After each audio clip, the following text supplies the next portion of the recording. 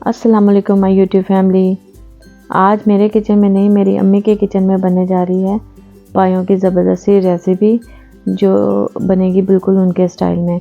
इससे पहले आपने इतना आसान तरीका नहीं देखा होगा और इस तरीके से बनाएंगे ना तो इंशाल्लाह आपके पाए बहुत मज़ेदार बनने वाले हैं और इसमें बिल्कुल भी स्मेल या किसी किस्म की भी हींग इसमें नहीं आएगी।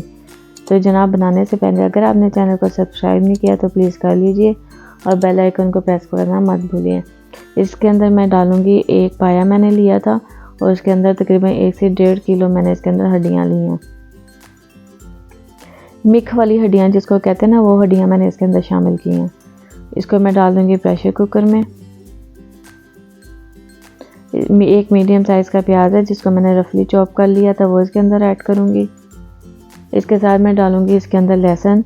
ये 2 गठियाँ थी जिनको मैंने छील के तो साबुत ही इसके अंदर डाल दिया और 8 से 10 इसके अंदर हरी मिर्चें शामिल करेंगे। और ये है चिली फ्लेक्स, ये 3 टेबल स्पून इसके अंदर मैं चिली फ्लेक्स डालूंगी, यानी कि दादर मिर्च। मेरी अम्मी को इस तरीके से डालना आसान लग रहा है, तो यानी कि ये स्पून थोड़ा छोटा है लेकिन वो अपने हिसाब से डाल रही हैं। जो क्वांटिटी ठीक वाली क्वांटिटी है ना, वो आपको मैं ऊपर लिखी हुई आपके पास आ रही है और मैं आपको बता भी रही हूँ। आपने इसी तरीके को फॉलो करना है। इसके अंदर शामिल करूँगी मैं 1 टीस्पून जो है वो हल्दी पाउडर, 1 टीस्पून इसके अंदर डालेंगे ज़ीरा पाउडर और 1 टीस्पून इसके अंदर डालेंगे सूखा धनिया पिसा हुआ और साथ ही इसके अंदर शामिल करेंगे 2 टीस्पून नमक।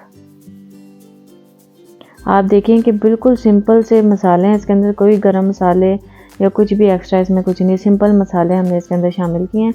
और 2 गिलास पानी डाल के इसको तकरीबन हमने 15 से 20 मिनट के लिए पकने के लिए रख देना है प्रेशर कुकर में, ताकि ये जो मसाले हमने इसके अंदर डाले हैं ना वो अच्छे से पक जाएं और उसमें पायों में शामिल हो जाएं अच्छे से।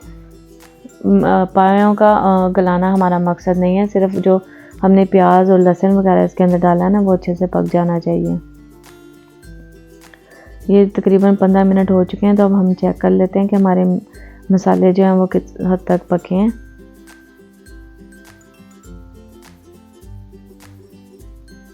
ये जी आप चेक करें, हमारे जो मसाले हमने इसके अंदर शामिल किए थे ना वो अच्छे से गल गए हैं और इसके अंदर शामिल हो गए हैं। और पानी जो है वो हमारा भी पूरी तरह खुश्क नहीं हुआ है।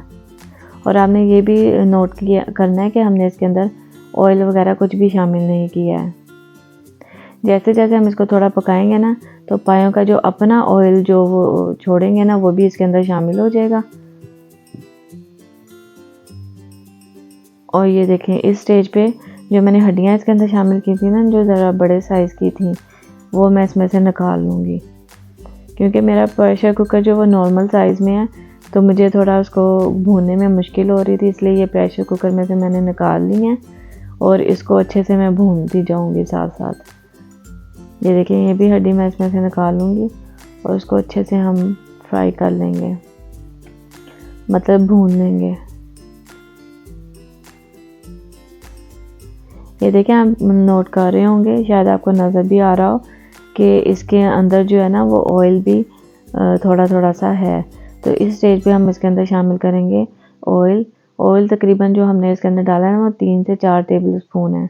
ज़्यादा ऑयल हमने इसके अंदर नहीं डालना है, क्योंकि पायों का जो अपनी चिकनाई होती है ना वो भी इसमें शामिल हो जाती है। तो अगर हम ऑयल बहुत ज़्यादा डालेंगे तो वो बहुत ज़्यादा उसकी ऑयल की लेयर बन जाएगी पाए के शोरबे के ऊपर। हमें इतना ऑयल नहीं चाहिए। अब हम इसको अच्छे से मिक्स करते जाएंगे और भूनते जाएंगे। ये देखें कि काफ़ी हद तक इसका पानी जो है वो खुश्क हो गया और घी भी साइडों पे आना शुरू हो गया इसका।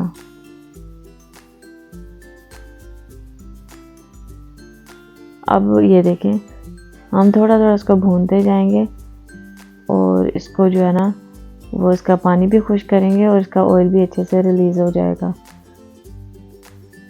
अब ये हमारे भुन चुके हैं अच्छे से पाए, तो अब इसके अंदर हम शामिल कर देंगे इतना पानी कि ये जो है ना हमारे पाए और जो हड्डियाँ वो अच्छे से इसके अंदर डूब जाएं।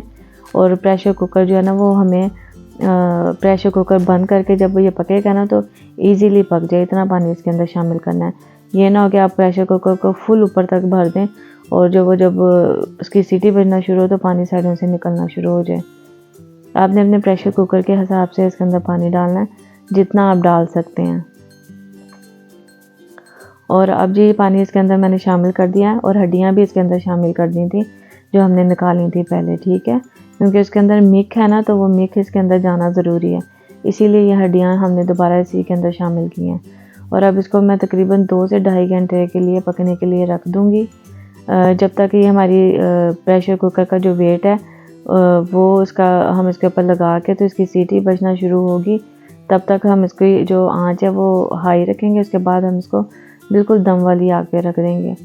तकरीबन 2 से ढाई घंटे हमें लगेंगे और हमारे जो पाए हैं वो रेडी हो जाएंगे। अगर आप मटन पाए बनाते हो ना, तो उसमें आपकी सेम मेथड होगा यही, लेकिन उसमें यह है कि टाइम आपका कम हो जाएगा। 2 से ढाई घंटे जो है ना वो तकरीबन 1 घंटे पे आ जाएगा। अब ये तकरीबन ढाई घंटे गुजर चुके हैं, तो अब हम चेक कर लेते हैं कि हमारे पाए जो हैं वो कितने तैयार हुए हैं।